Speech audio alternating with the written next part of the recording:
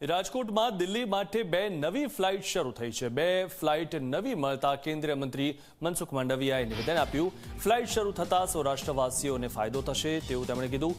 દિલ્હી માટેની ફ્લાઇટથી ઉદ્યોગકારોને વેગ મળશે તેવું પણ મનસુખ માંડવિયાએ તેમના નિવેદનમાં કીધું હતું। આવનારા દિવસોમાં રાજકોટને આંતરરાષ્ટ્રીય ફ્લાઇટ મળશે તેવું નિવેદન પણ મનસુખ માંડવિયાએ કર્યું છે।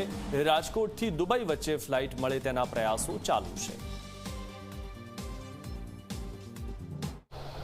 રાજકોટને લાભ પાંચમના દિવસે ઇન્ડિગો અને એર ઇન્ડિયા બે એરલાઇન્સ દ્વારા ફ્લાઇટ ઓપરેશન ચાલુ કરવામાં આવ્યું છે। આજ એર ઇન્ડિયાની પહેલી ફ્લાઇટની અંદર બેસીને મને પણ આવવાનો અવસર મળ્યો। આ બે ફ્લાઇટો સવારની દિલ્હી માટે ચાલુ થવાથી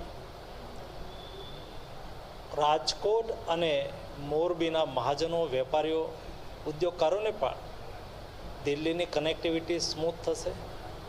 યાત્રાળુઓ માટે પણ આ બંને ફ્લાઇટો પ્રવાસ માટે ઉપયોગી થશે।